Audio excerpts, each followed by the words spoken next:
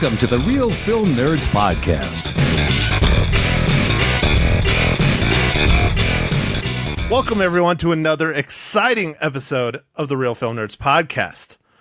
I am your host, as always, Mr. Matt Hinshaw, based out of the beautiful Prescott, Arizona, that is, can't decide if it wants to be fall or winter or summer.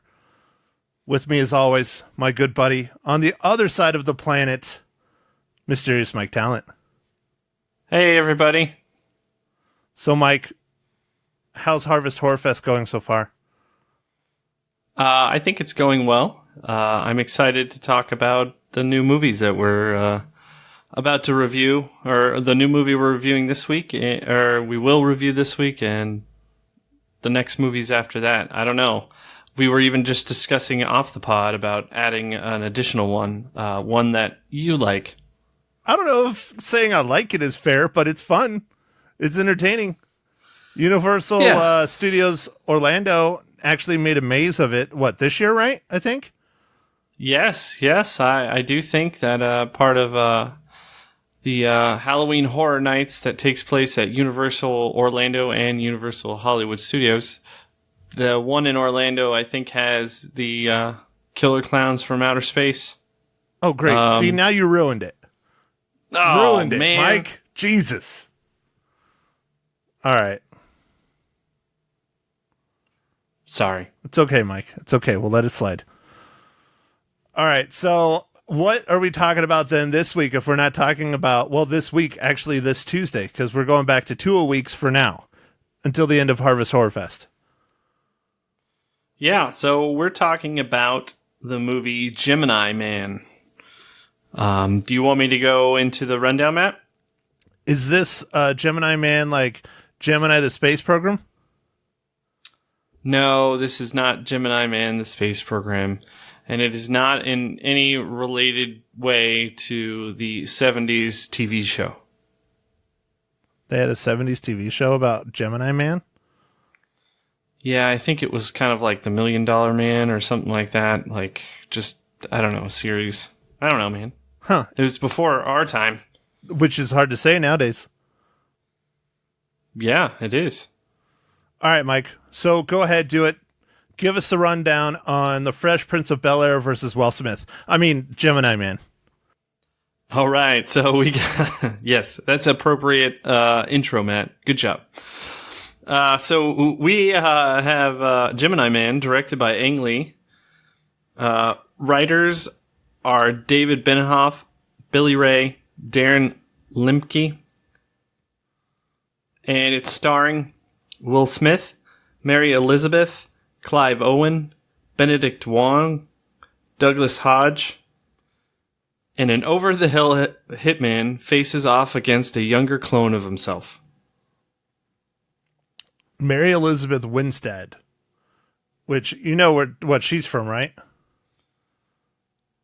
Scott Pilgrim versus the World? Yep, and Fargo the TV show.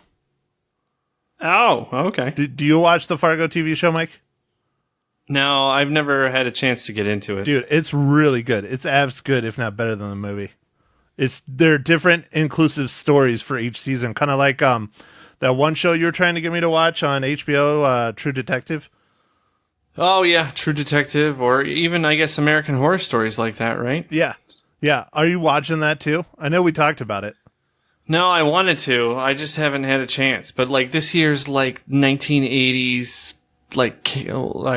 isn't that what it is? It's 1980s? Yeah, it's called American Horror Story 1984, and it's kind of a spoof or take on a Friday the 13th.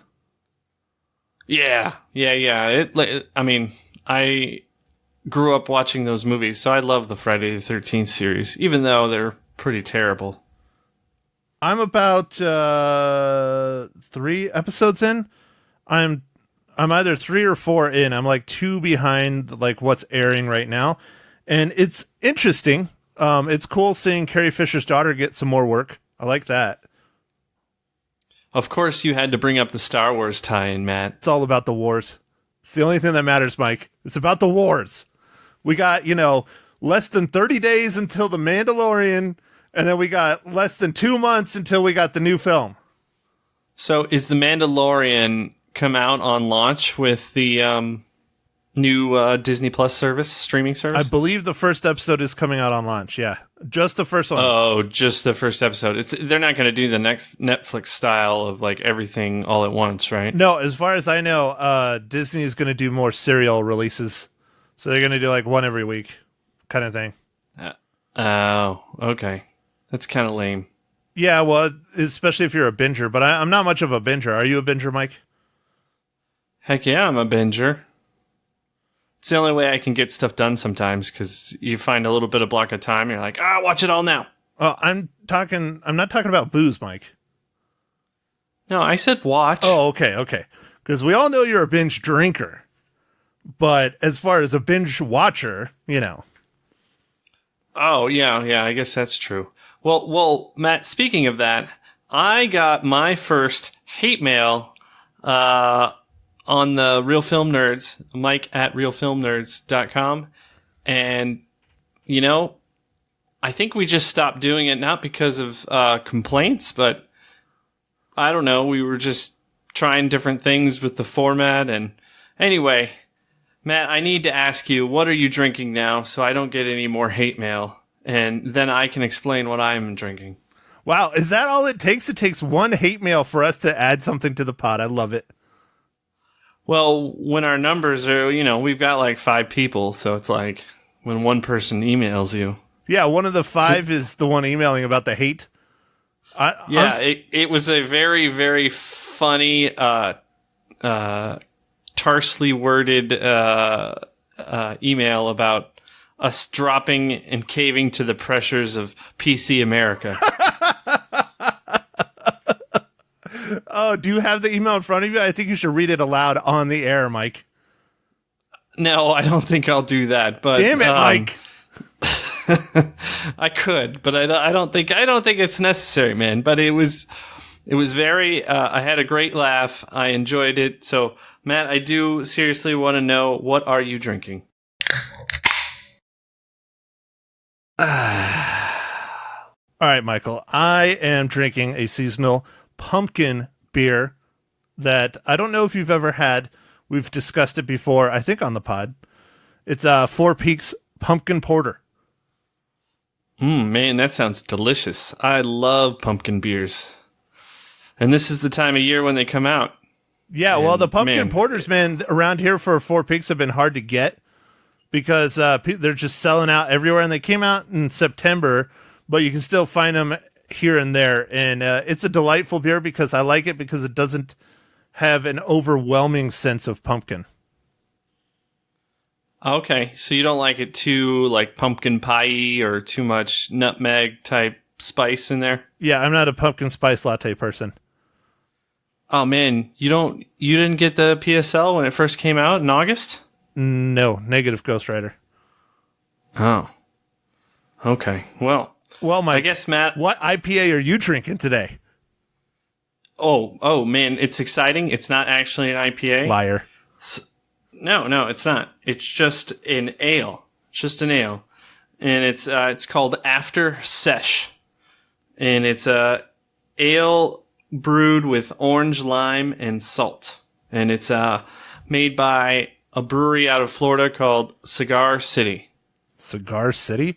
And they brew beer? Yeah, that used to be the nickname of Tampa, I believe. Oh, interesting. Is that because that's where Monica Lewinsky's from, or what? No. Gosh. No, Matt. No, not with your dirty, dirty mind. No, I think a lot of cigars were made there at one point. Hey, we're talking impeachment, might as well bring up the other guy that was impeached for having some fun in the White House. Why not? Right. Okay. I mean, yeah, it all ties together. You're right. So, speaking about Gemini Man... Mike, what'd you think of the movie?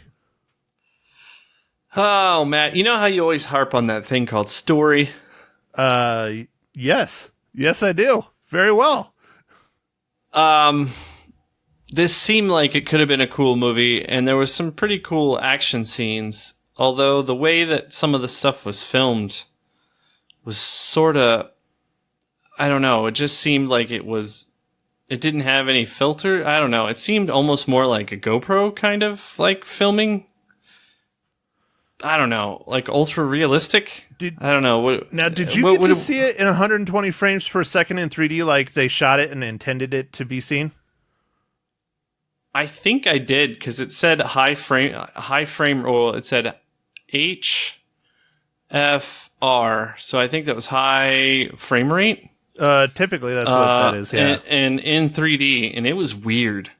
And in 3D, okay. Because our theaters here are not big. There's only, according to the Slash Filmcast, who actually looked this up and wrote a story about it and everything, there are only 14 theaters in the entire country that can do 120 frames per second and 3D at the same time, and not even at 4K. It's only 2K. And there's 14 in the entire country. Well, you seem to have found one of them. Wow, I don't even think I was trying to, but I needed to watch it early in the morning, so I had to buy the more expensive ticket. That's what did it. Well, I did not see it in 120 frames. It looked like a normal movie to me. It was the action sequences, like you're talking about, some are really, really good, and some are just god-awful. And the story is lackluster, but the acting is always phenomenal. Will Smith is always really, really good. And I like Mary Elizabeth Winstead, but she felt underused in this film to me. So that's my first impressions of Gemini Man. Yeah. That's the stuff that was off for me. Was the story of this seemed like it could have been much better, but it just kind of fell flat for me. There was really not a lot of motivations of why characters were doing things, and things resolved themselves a little too easy, I felt, on certain aspects of the story, which I'm not trying to spoil, so that's why I'm not saying much. But I don't know. I guess is that what you thought, Matt? Or I was really hoping that this was the good cycle of Ang Lee. Like, now that's like 2 movies bad in a row, I think. Yeah, I was keeping my fingers crossed because, as we discussed in our last pod about Ang Lee, he's hit or miss. And in my book, this is definitely a miss.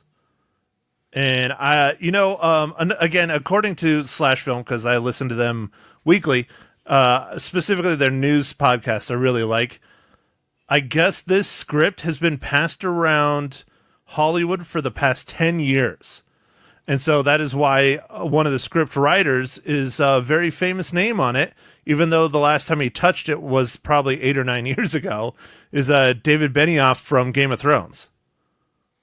Oh, wow. Yeah, that is a famous scriptwriter. But wow, 10 years ago, this has just been floating around? They've been trying to get this film made for 10 years, and everyone kept saying it was the technology and all this, and it got passed through a bunch of different script writers, and that's why I think the script was such a giant mess. Yeah, and Matt, what did you think of the technology of Will Smith versus Fresh Prince? Like, did you, I found it a little distracting, the Fresh Prince scenes. Well, now, Mike, do you know a lot of people are getting this wrong. It is not Will Smith playing both parts. I mean, it is, but it isn't. The younger Will Smith is actually 100% CGI. It's not a de-aging technique like what they've used in the Marvel films. Oh, so did they probably still had a person there, right? And they just I assume CGI'd over them like a green screen or green suit or something. Yeah, I'm sure they had like a mocap person or something like that. And then obviously Will Smith did his own voice. But as far as I understand, it was not a de-aging, so it was a complete reconstruction, a lot like in the vein of Alita, Battle Angel.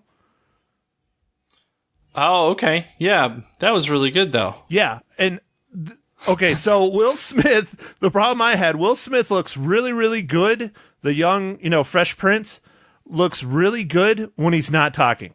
When he starts moving his lips, it falls apart for me. It looks so bad. Yeah, the talking was definitely something that I noticed, but I wasn't sure if it was just me. But hearing you say that, man, that reinforces. I don't know. I feel like they dropped the ball. I'm sure it costs so much money already to do all that stuff, but I don't know. That was a little hard sell for me, and that's probably part of the reason I didn't like the movie as much. But still, the story's just kind of weak, man. Like, I don't know. It fell flat for me, man. I didn't believe a lot of things. It just happened too quickly. Some of the stuff, some of the bonding type things and stuff. I'm like, what? No way. Well, it's a story that's been done over and over and over and over and over again of the clone and, going up against him and things like that. There's not a whole lot out there about it, but there's a few. And this one didn't do anything special. Probably the most special thing is that why they cloned him, because they wanted this badass assassin that could shoot someone in a bullet train from 2 miles away kind of thing. Yeah, I guess that is why they did it. He was awesome. They identified him as an awesome assassin when he was a lot younger and decided to make a clone of him. It was just, I don't know. It's a weird story. It wasn't anything special. It was what it was, I guess is a good way to put it. Yeah, I miss the old Will Smith sci-fi movies that were pretty good, like your Men in Black and your I Am Legend, Independence Day. I Am Legend was pretty good. Yeah, I liked that a lot. Yeah. No, that was good. Yeah. I miss all those movies. Well, I don't know, man. I mean, what was the movie that Will Smith did before this? Do you know? I didn't click on the... It wasn't Suicide Squad, was it? Oh, God. Was it? I'm going to click on it on the IMDb's, and I'm going to look. Actor, 81 credits. You know what? I think it was Aladdin, wasn't it? Oh, I bet it was Aladdin, yeah. Yes. He was Blue Genie. There's something here called Student of the Year, but that was like a special appearance in a song. And then there's a couple shorts. But yeah, I think it was Aladdin. And I don't know what you thought about Aladdin, but Aladdin was not a great movie. It wasn't a horrible movie. It definitely wasn't as bad as Lion King. And Will Smith probably was the saving grace in that movie. Yeah, I think the new Aladdin, I saw that. I didn't see the new Lion King, but I did see the new Aladdin. And the new Aladdin was okay. The parts that I didn't like about the movie really was just the sped up dancing scenes, or I don't know what they did, but some kind of weird stylized stuff with the dancing, all that stuff. It was just odd. Well, speaking of weird sped up dancing, Mike, how does Gemini Man relate to the Marvel Cinematic Universe?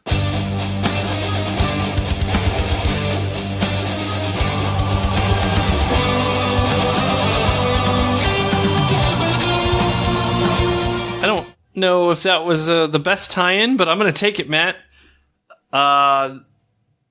Gemini Man relates to the Marvel Cinematic Universe with Benedict Wong, he played in Doctor Strange, Avengers Infinity War, Avengers Infinity War and Avengers Endgame. He played Wong. You got to use his real name in the movie, right? Yeah, he did. Yeah, he was a interesting character in this film for sure. Yeah, I wish they would have explored some of his Marine buddies a little bit more. I mean, besides, you saw him a little bit. They said they served together and they did a shot. And then that was like all we got. Well, and then whenever they shook hands, they both had the spade on their forearm. Yes, that's true. And that was about it, to let you know that, hey, there's something else kind of going on here. Mm-hmm. So, all right, Mike. Well, you wanna spoil Gemini Man? Yeah. I mean, I guess I do. Let's do this. Should people go and spend their hard-earned money to go watch Gemini Man in the theaters? I would say no, not at all. That makes two of us. I think if you want to see the technological achievements of the film, maybe wait until you can rent it at Redbox or something. But even then, that might be pushing it because, I mean, this was not a great movie. No, it wasn't a great movie. It's hard to recommend. That's what she said? Yeah.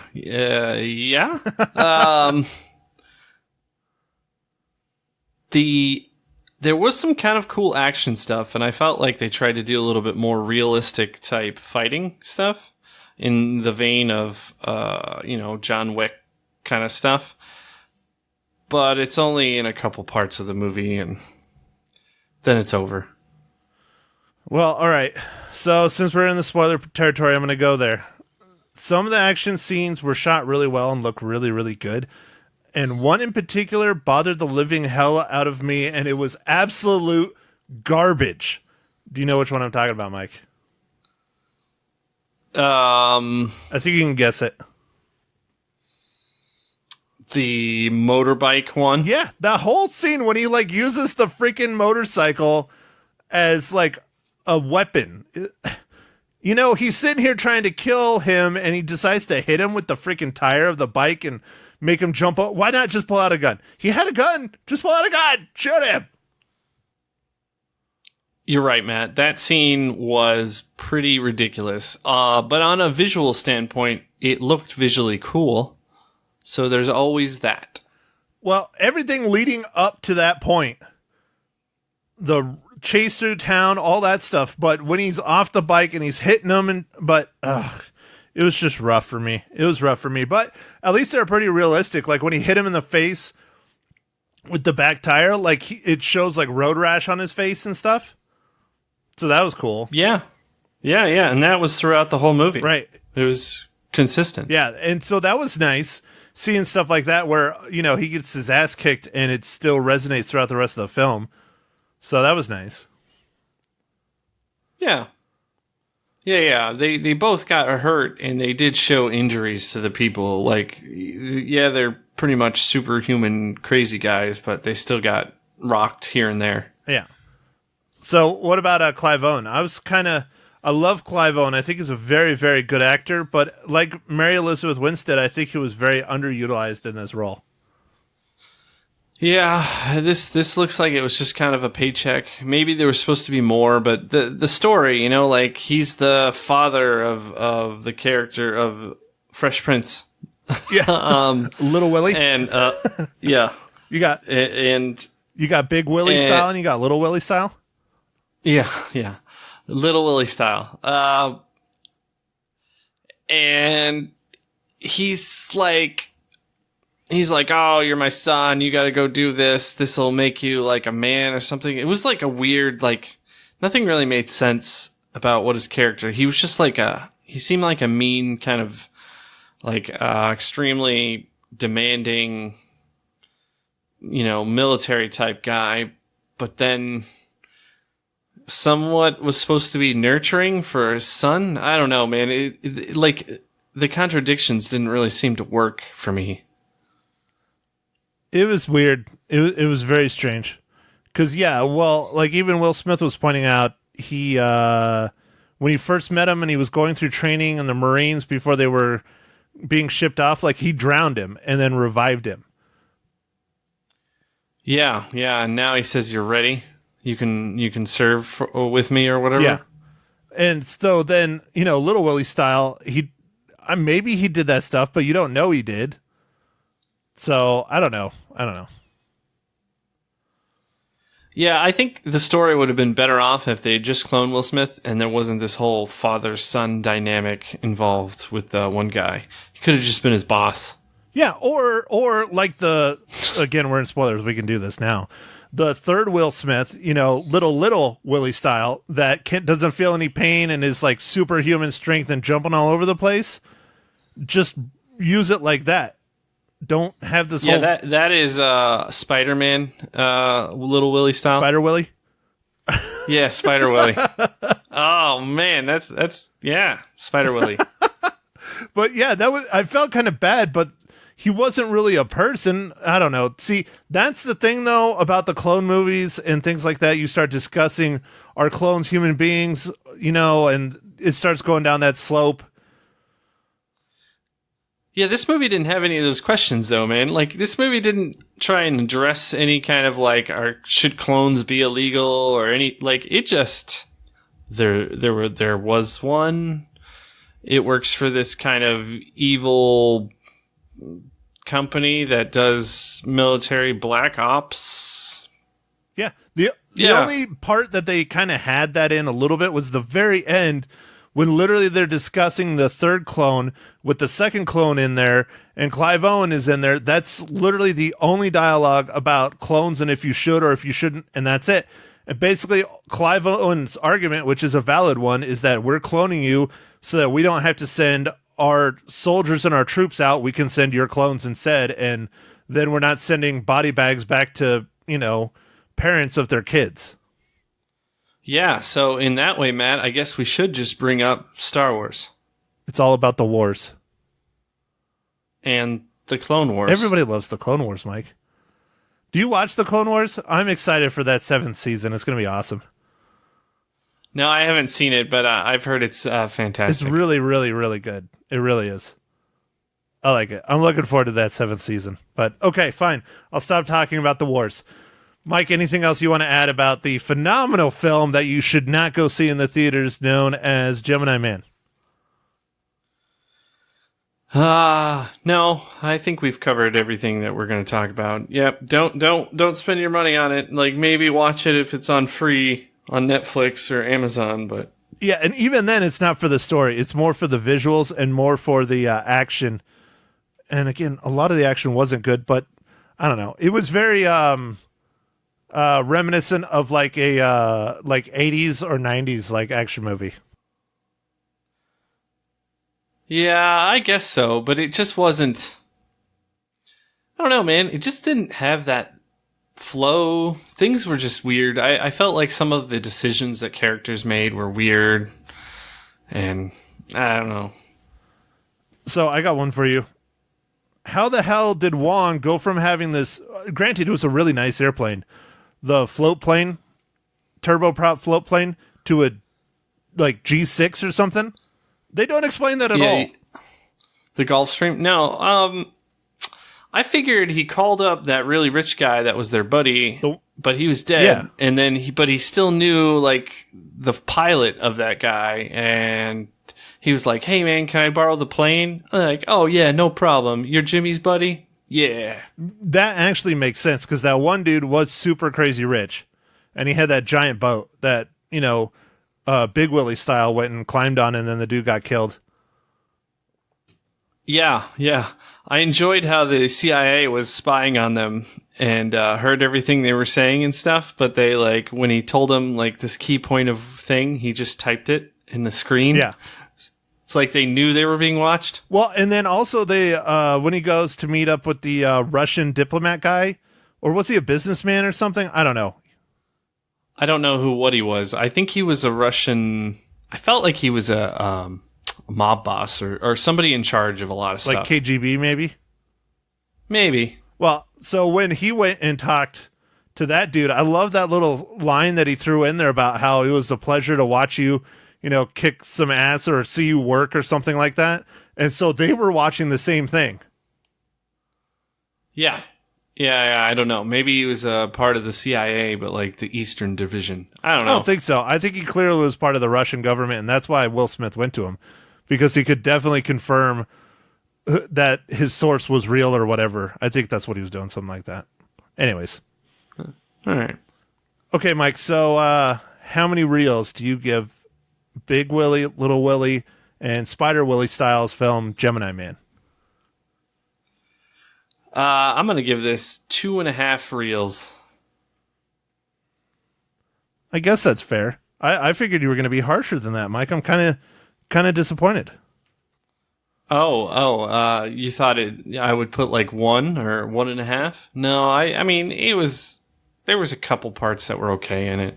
You're just a big fan of Ang Lee?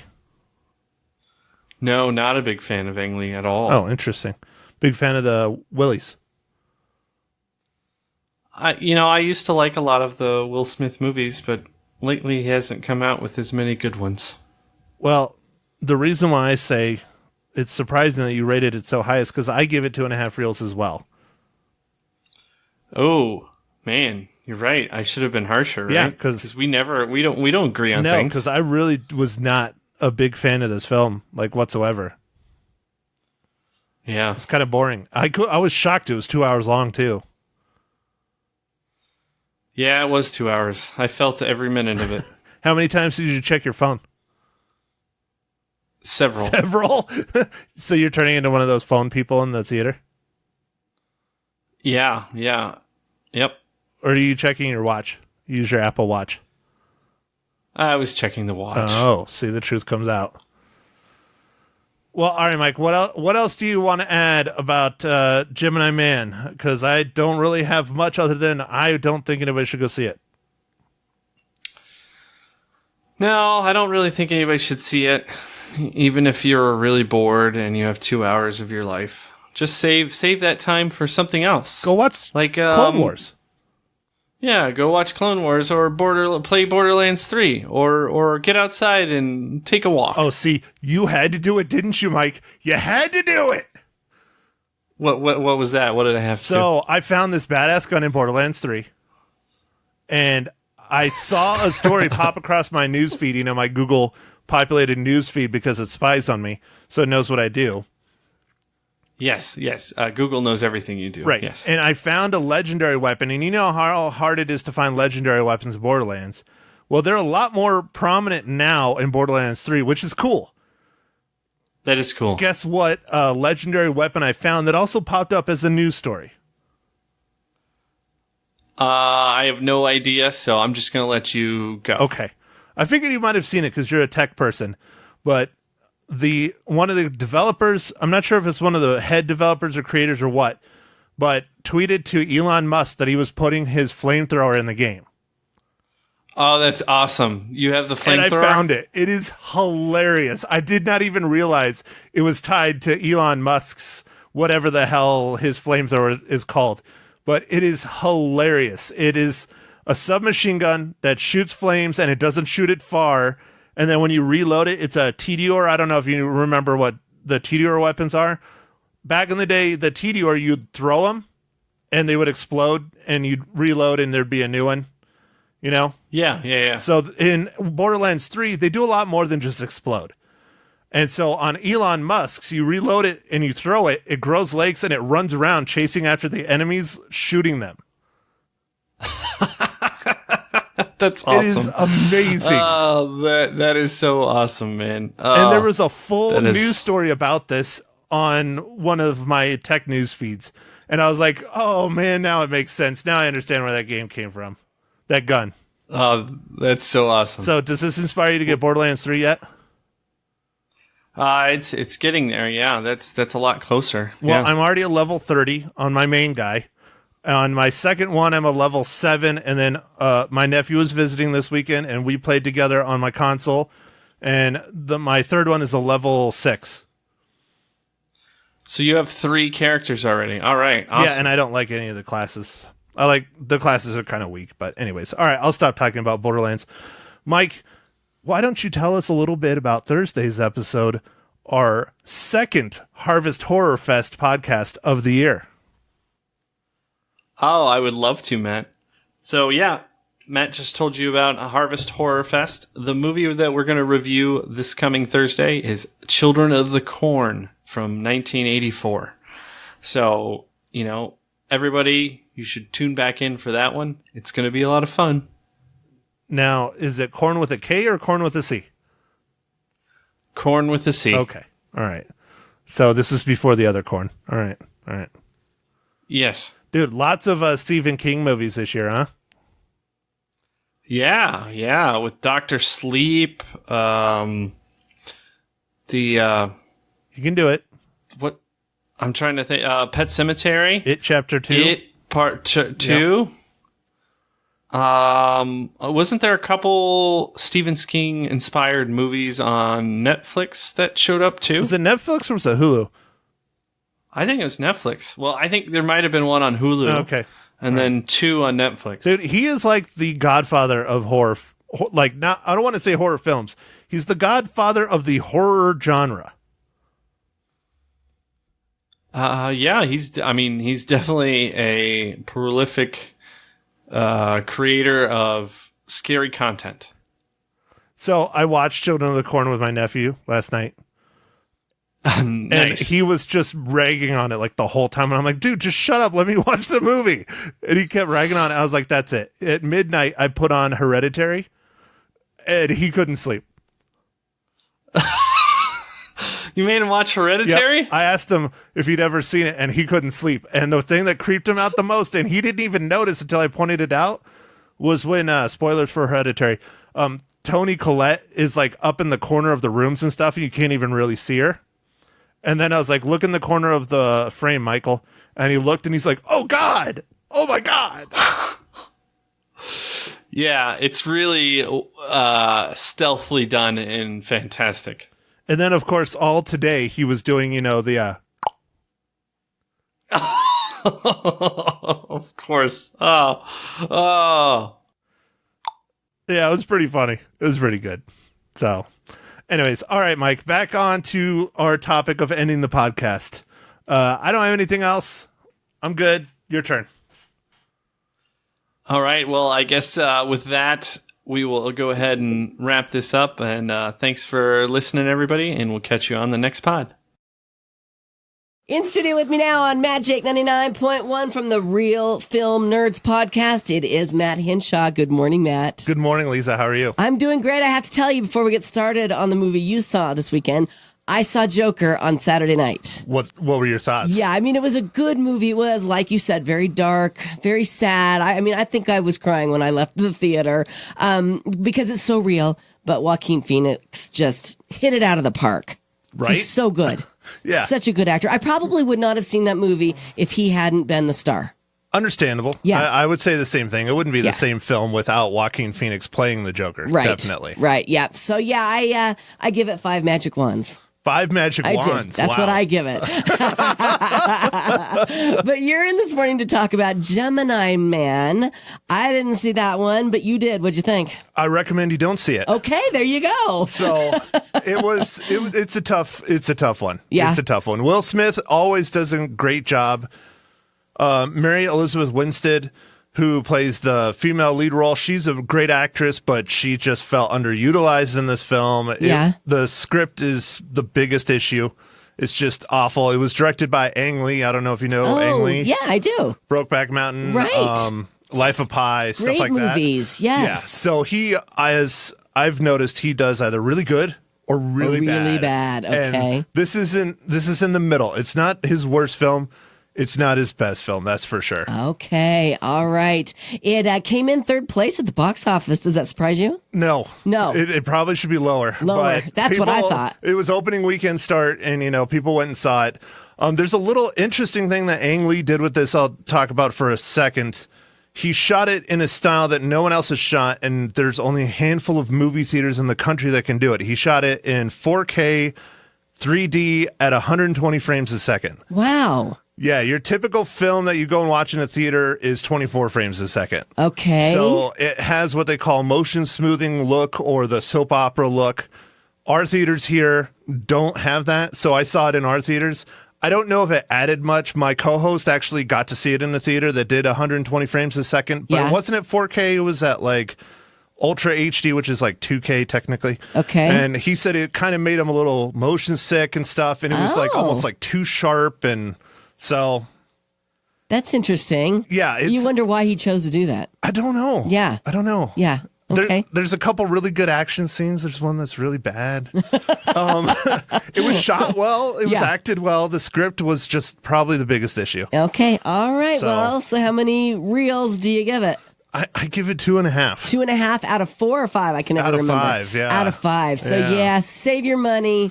And save your time. Yeah, if it comes out on Redbox, maybe. But even then, I'm still like, I don't know. I mean, the technological advances are cool. Like, a lot of people keep thinking they did what they did in Marvel where they de-aged Will Smith. Yeah. They didn't. It's more like Alita Battle Angel. It's a completely constructed character. It's some dude probably standing there in a green suit kind of thing. And so the guy, Will Smith, voiced himself, and he voiced his younger self, and the CG looks great until the young Will Smith, I call him Fresh Prince Will Smith, starts talking. When he starts talking, his mouth just does not look right. It doesn't. It doesn't match up. No. All right. Well, we appreciate you being honest with us about the film. And if you guys want to hear the podcast, it's Real, as in REEL, Film Nerds. You can get it anywhere. Yep. iTunes, Spotify, wherever. YouTube, I'm everywhere. Perfect. Thank you, Matt. Thanks, Lisa.